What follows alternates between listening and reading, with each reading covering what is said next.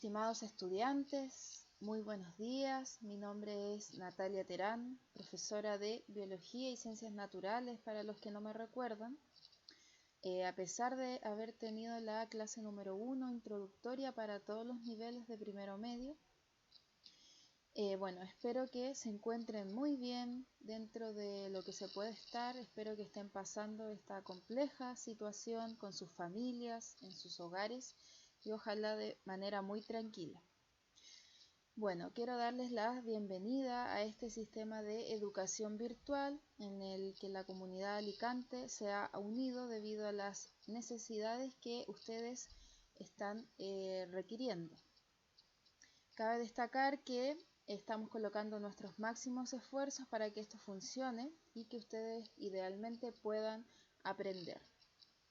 Así que el objetivo de esta primera clase grabada de biología es explicar los contenidos ya vistos en las guías de autoaprendizaje anterior en la unidad número 1 que alcanzamos a introducir, que tenía como nombre Evolución y Biodiversidad.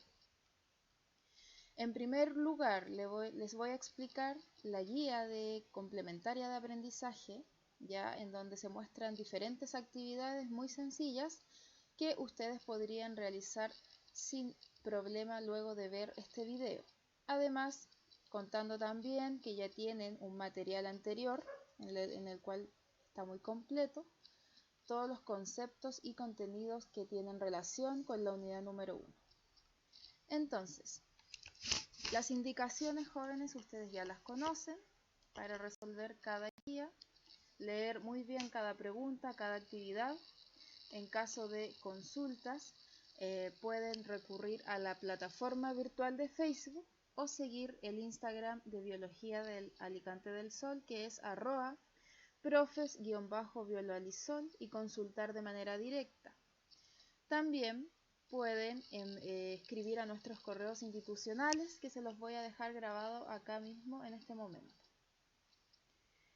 Dato importante, jóvenes, es que esta guía ustedes las tienen que enviar a mi correo electrónico en este caso, ya sea por fotos o el archivo idealmente. El sistema que a ustedes más les acomode, por favor, me la envían a mi correo, la guía resuelta. Mi correo es el siguiente.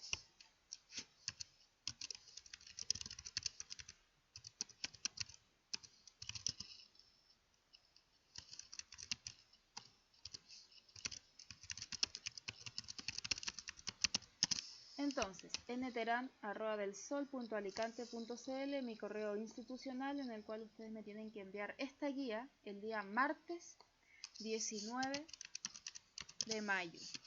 ¿Ya? O sea, van a tener más de una semana para resolver la guía. Entonces, la guía es muy sencilla, jóvenes. En primer lugar, aparece una introducción ya de la unidad número 1, Evolución y Biodiversidad, como yo les había comentado. Luego, actividad 1, dice: a partir de los contenidos ya antes vistos, señala qué concepto científico o teoría corresponde a las definiciones o evidencias descritas en el siguiente recuadro. Es decir, acá ustedes tienen una serie de conceptos científicos o teoría que tienen que completar según la evidencia o la definición que corresponda en este recuadro. Por ejemplo, el concepto de biodiversidad va con esta definición, que simplemente es la amplia variedad de seres vivos. Ya lo mismo tienen que hacer con los otros conceptos que están acá. Actividad 2. Completa el siguiente texto con las siguientes palabras faltantes. Acá hay una serie de palabras que ustedes tienen que colocar en base a lo que dice el texto. Ya tiene que tener una lógica, un orden, y obviamente tiene que tener relación con los contenidos ya vistos. Y una pregunta de desarrollo relacionada con el texto anterior, que siempre es muy importante que ustedes puedan tener esas habilidades de redactar respuestas. Actividad 3, términos pareados. Dice: relaciona el número de los criterios evolutivos con las siguientes pruebas. Los criterios evolutivos son estos que están acá: 1, 2, 3, 4. Molecular, morfológico, paleontológico y fisiológico.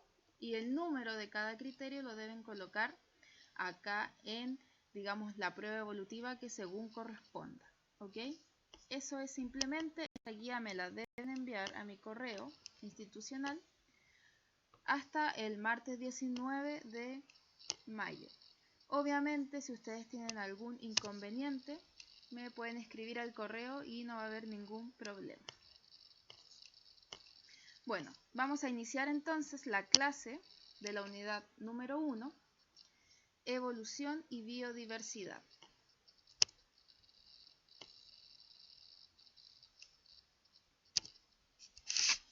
Objetivo ministerial, objetivos de aprendizaje. Nosotros hemos trabajado este mismo objetivo en las guías anteriores. El OA3 dice: explicar, basándose en evidencias, que la clasificación de la diversidad de organismos se construye a través del tiempo sobre la base de criterios taxonómicos que permiten organizarlos en grupos y subgrupos, identificando sus relaciones de parentesco con ancestros comunes. ¿Ya? Ese es el objetivo ministerial. Acá hay varios conceptos que nosotros ya manejamos porque en la clase introductoria pudimos definir algunos, como lo es diversidad, biodiversidad, criterios taxonómicos, ¿ya? Todo esto tiene relación con el objetivo ministerial. Los objetivos que hemos trabajado hasta el momento son los que se describen acá más abajo, que son los mismos trabajados en las guías enviadas anteriormente. Clasificar diferentes especies según los criterios taxonómicos descritos, como lo son el criterio morfológico, fisiológico, citológico, ecológico, entre otros, a partir de la historia evolutiva y las relaciones de parentesco. Describir estos criterios taxonómicos nombrados anteriormente según la historia evolutiva de los seres vivos y sus relaciones de parentesco, estudiando los principales aportes científicos y evidencias de los criterios de clasificación. Comprender las principales teorías que intentan explicar el origen de la vida a partir de la evolución de las especies y su actual biodiversidad. Es decir, ¿qué es lo importante de estos objetivos de aprendizaje? Que nosotros podamos explicar, describir cómo es la clasificación de la diversidad de los organismos que conocemos hoy en día. ¿Cómo haríamos esto? ¿Cómo podemos comprender esto? En primer lugar, tenemos que conocer los criterios taxonómicos, también tenemos que basarnos en las evidencias ya de los científicos o científicas naturalistas que aportaron a estos criterios de clasificación. Entonces, primero nosotros hablamos de un concepto que es sistemática. ¿Qué es la sistemática? Bueno, dice acá que es la ciencia que estudia la historia evolutiva de los seres vivos y sus relaciones de parentesco. Es decir, es un área de la biología que se encarga de estudiar cuál es la historia evolutiva de todos los seres vivos que hoy en día conocemos y qué relaciones de parentesco existen o podrían existir entre ellos. Ya a partir de la sistemática surge lo que es la taxonomía. ¿Qué es la taxonomía?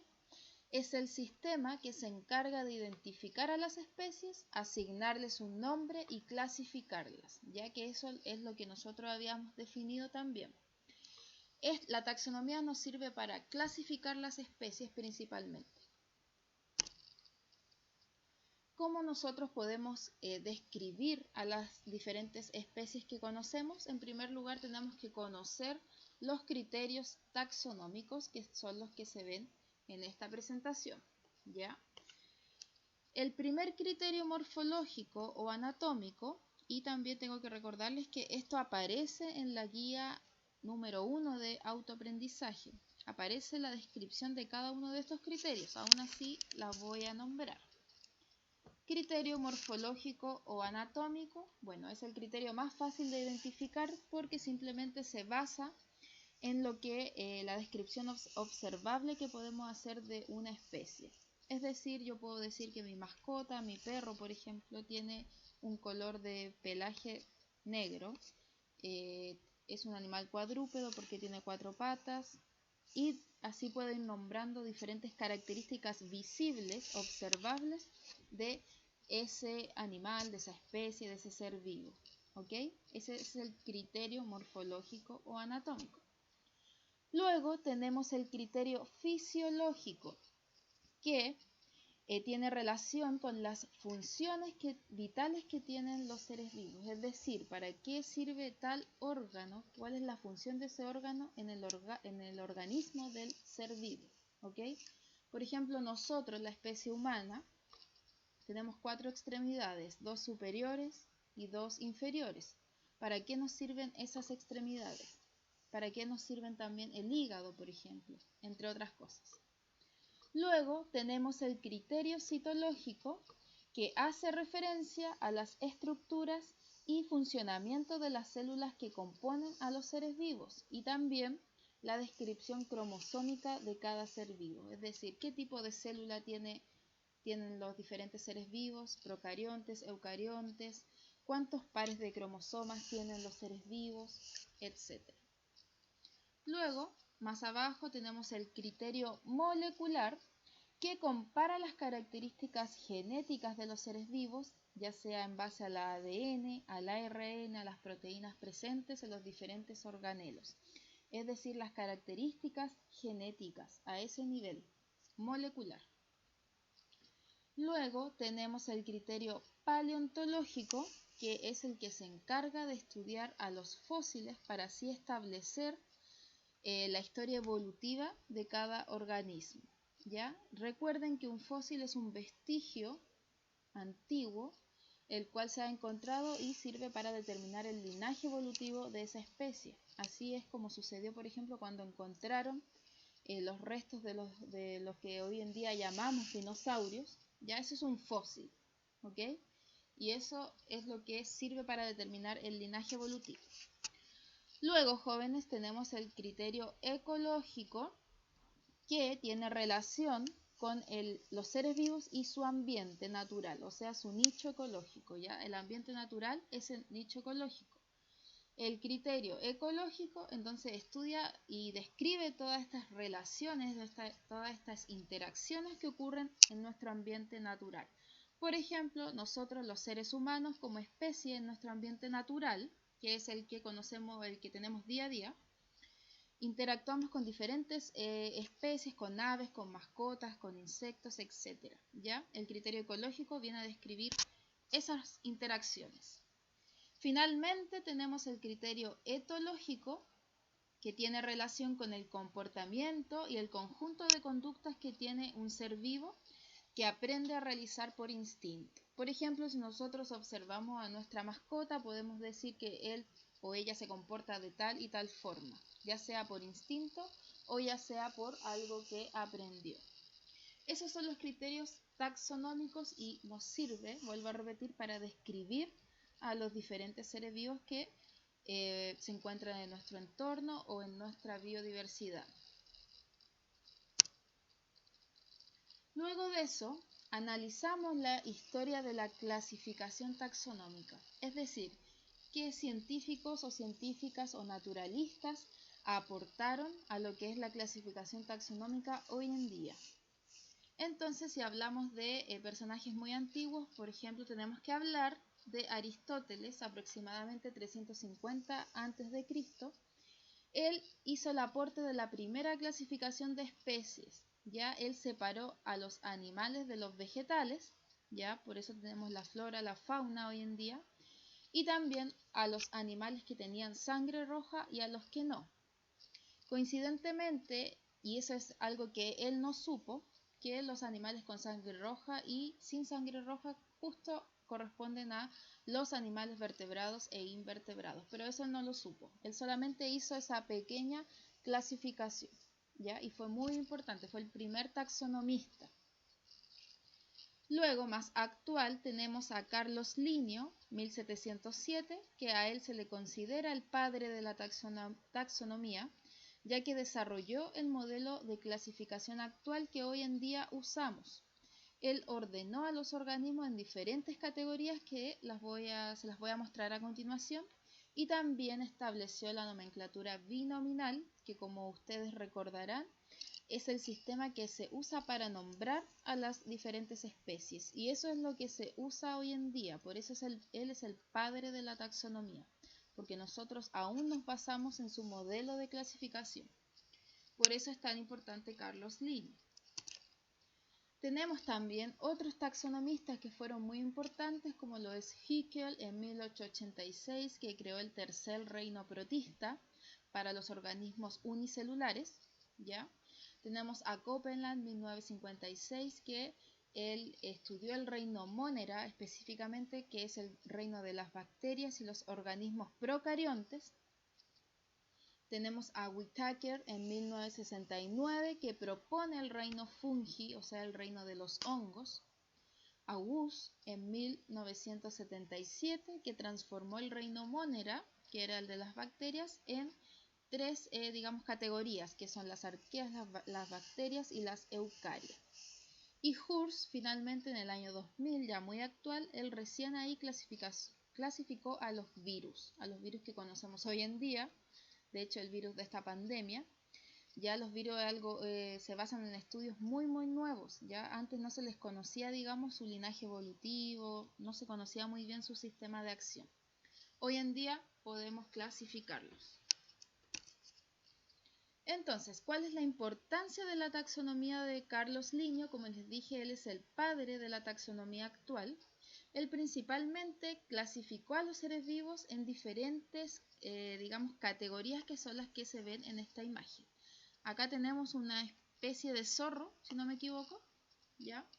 Que tiene una clasificación muy detallada: un dominio, un reino, un filo, una clase, un orden, una familia, un género y finalmente una especie.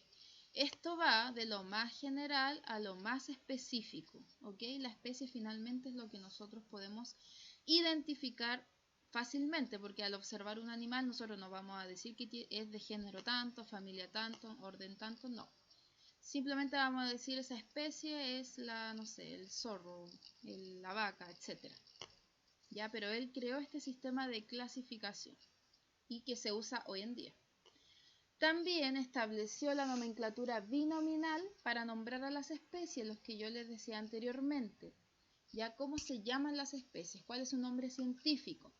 Recuerden que esta nomenclatura binominal se basa en un género, que es el que se escribe con mayúscula, y luego se suma un epíteto específico, que se escribe con minúscula, que es una característica propia de la especie, que puede tener relación con la zona geográfica, el científico que la descubrió, entre otras cosas. Por ejemplo, este ejemplo es muy común, que es el de la especie humana, que es el Homo sapiens. Homo vendría siendo el género, por eso se escribe con mayúscula, y sapiens es esta característica o epíteto específico que tiene la especie humana, que hace referencia a que puede pensar. Somos los únicos seres vivos pensantes actualmente. Por ende, nuestro nombre taxonómico es Homo sapiens, ¿ok? Luego de conocer la historia de la clasificación de los seres vivos, hablamos de lo que es la evolución de los seres vivos, ¿ya? O sea, lo que responde a la pregunta de cómo y cuándo surgió la vida. Esa pregunta tan importante que incluso hoy en día nos seguimos preguntando. Entonces, hace muchos años surgió lo que es la teoría fijista, ¿ya?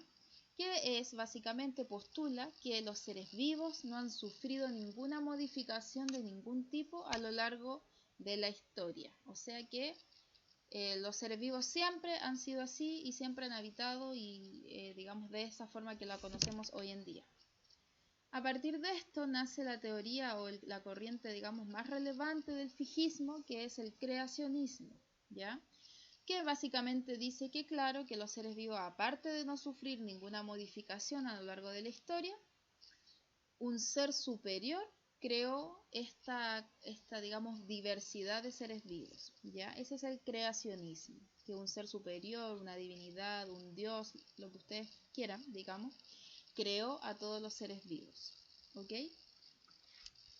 Luego, ya más actual, nació lo que es la teoría evolucionista, que dice todo lo contrario, que los seres vivos sí se han modificado genéticamente a lo largo de la historia, es decir, que no son fijos ni inmutables como dice la teoría fijista, sino que sí se han modificado. A partir de esto nace el concepto de evolución biológica, que básicamente es la transformación gradual y progresiva, obviamente porque este es un proceso muy largo, no es algo que ocurra de un día para otro, en especies más complejas, o sea, de una especie sencilla se evoluciona, se transforma a una especie más compleja. ¿Y cuáles son las principales teorías evolucionistas? Tenemos acá este caballero que es Jean-Baptiste Lamarck, que ustedes también ya lo deberían conocer. ¿Qué es lo que postula él principalmente? Que los seres vivos tienden a la perfección y a la complejidad, y esto es heredable a los descendientes. Es decir, los seres vivos evolucionan para perfeccionarse, para mejorar sus características y ser más complejos, y esto lo heredan a sus descendientes. Él tomó dos puntos relevantes. El primero es la herencia de los caracteres adquiridos, que básicamente es la transformación progresiva a partir del uso o desuso de algunos órganos, y esto es transmisible a las generaciones. Es decir, que si yo no uso, si por ejemplo la especie humana no usara desde ahora ya su mano derecha, luego de un proceso muy lento, ya a través de los años, posiblemente ya los seres humanos empezarían a nacer sin esa mano derecha. Es un ejemplo, obviamente es muy poco probable que suceda eso, pero eso es lo que él propone, ¿ok? El segundo punto es que la función crea el órgano, y que tiene mucha relación con el primer punto de los caracteres adquiridos, que básicamente dice: el organismo se puede modificar según las necesidades de su entorno, su medio ambiente. Es decir, que si mi entorno me dice que ya no necesito hacer tal cosa, yo me voy a ir adaptando y posiblemente voy a ir evolucionando y digamos, ya no voy a requerir tener esa necesidad. Por eso se dice que, claro, las especies se adaptan a su medio ambiente. Efectivamente es así. ¿Cuál es el ejemplo más importante y más conocido de Lamarck? Es el de la jirafa, que ustedes también lo tienen. ¿Qué es lo que él dijo con respecto a la evolución de las jirafas? Él propuso que la jirafa tenía un antecesor que tenía un cuello corto. ¿Por qué tenía un cuello corto? Porque no necesitaba comer, digamos, los frutos o las hojas de los árboles que estaban más arriba. Pero este cuello corto se fue estirando debido a que surgió esa necesidad ahora, ya de comer hojas, de comer frutos de árboles que quizás tienen una altura mayor. Entonces la jirafa a lo largo del tiempo fue estirando su cuello hasta llegar a lo que conocemos ahora, que es una jirafa, digamos, de cuello bastante largo, ¿ya? Esto lo hizo la jirafa debido a una nueva necesidad que tuvo, ¿ok? Esa es la explicación de Lamarck para este ejemplo. La segunda teoría, que de hecho es la más importante que ustedes conocen, es el darwinismo, específicamente el darwinismo de Charles Darwin, en 1800 aproximadamente. Cabe destacar que el abuelo de Darwin, que era Erasmus Darwin, él también habló de evolución, ¿ya? Y de alguna u otra forma él heredó, digamos, este interés por la biología, por la evolución a su nieto, y finalmente él es el que se queda con y es el que elabora digamos, la gran teoría de la evolución. Él postuló que todas las especies de seres vivos han evolucionado con el tiempo a partir de un antepasado común, mediante lo que es la selección natural. Ya es decir, toda la diversidad de organismos, de seres vivos que podemos ver hoy en día, evolucionaron de un solo antepasado común, de un ancestro común, ¿ya? La evolución de Darwin es la más aceptada por la comunidad científica, ya que constituye la base de la síntesis evolutiva moderna. Por eso es tan importante la evolución de Charles Darwin. ¿Qué es la selección natural? Que posiblemente es el concepto más relevante de la teoría de Darwin. Bueno, la selección natural postula que una especie se adapta a su medio ambiente, ya que aquí podríamos decir que coincide con lo que decía Lamarck también. Esto se ve reflejado cuando individuos con ciertas características favorables poseen una tasa de supervivencia o reproducción más alta que los otros individuos de la población y pasan estas características genéticas a sus descendientes. ¿Ya? Acá hay un ejemplo, dice, si algunos individuos de una población presentan una característica que se les presentó en forma aleatoria, o sea, al azar, como el haber presentado un cambio de color, aquí debió existir una mutación genética, obviamente que los hizo cambiar de color, pero solo a algunos de la población. Esto les permitió camuflarse y así no ser depredados, ¿ya? O sea, los favoreció. Estos individuos que presentaron esta mutación fueron favorecidos ya que no fueron depredados por los otros individuos y además obviamente sobrevivieron y pudieron reproducirse, logrando así que esta característica que los favoreció sea transmitida a sus hijos, ¿ya? Es decir, ¿y cuál es la primera diferencia que hay con Lamarck?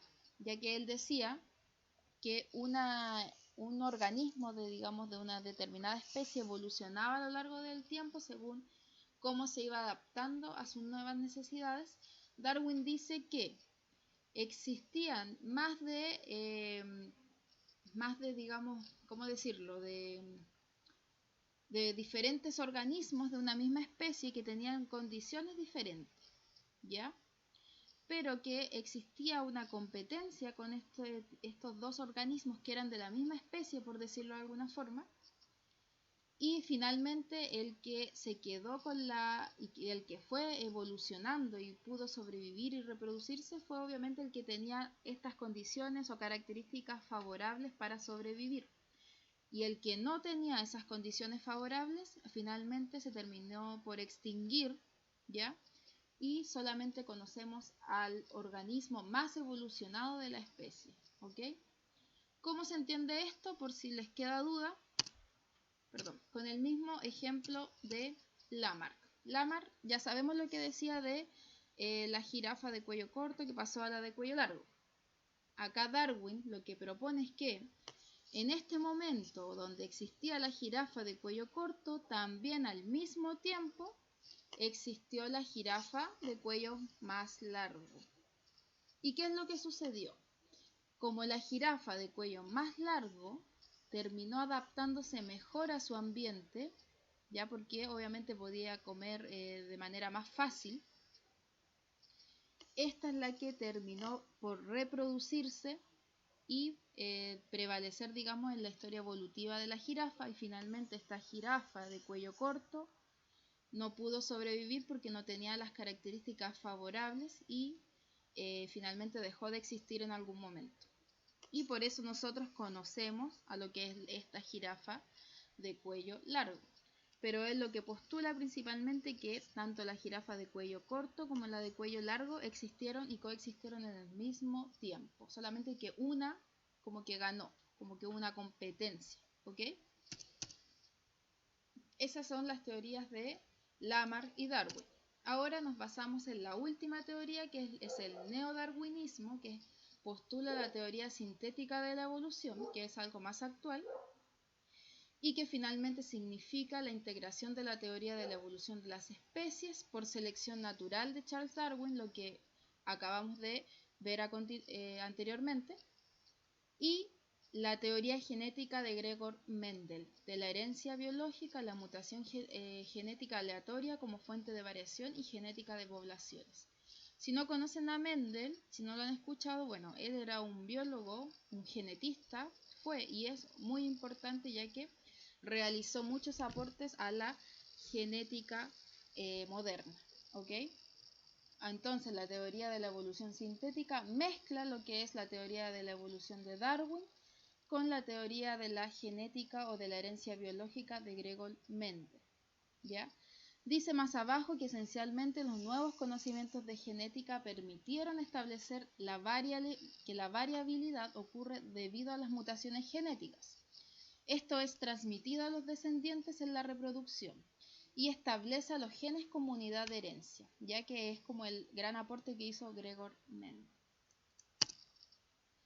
Bueno, eso ha sido la clase número 1 que abarcó todos los conceptos que nosotros ya habíamos visto en las guías anteriores, ¿ok? Así que espero que les haya servido, que puedan aclarar las dudas que tengan. Les recuerdo por favor que tienen que realizar la guía, es una guía muy sencilla y me la tienen que enviar a mi correo, ya sea como archivo, como foto, como ustedes les acomode en realidad, en el cuaderno, como ustedes lo estimen conveniente de acuerdo a sus posibilidades. Si tienen algún inconveniente para realizar esta actividad y enviármela, me tienen que avisar, ¿ya? Obviamente en esta ocasión, en esta situación, los profesores y las profesoras somos bastante flexibles, ¿ok? Pero ojalá lo puedan realizar. Bueno, que estén muy bien, les mando un abrazo a ustedes, a sus familias y espero verlos muy pronto, jóvenes. Así que estén muy bien, adiós.